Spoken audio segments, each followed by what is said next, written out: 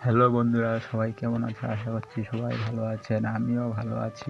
আজকের ভিডিওটা করব আমাদের ছোট্ট গ্রামের ছোট্ট স্কুল নিয়ে। আর হ্যাঁ, ভিডিওটা কেমন হবে জানি না, ফার্স্ট টাইম ভিডিও করছি। যদি কোনো ভুল হয়ে থাকে তাহলে অবশ্যই জানা, নেক্সট টাইম আরও ভালো করার চেষ্টা করব। বেশি কিছু না বলে ভিডিওটা শুরু করা যাক।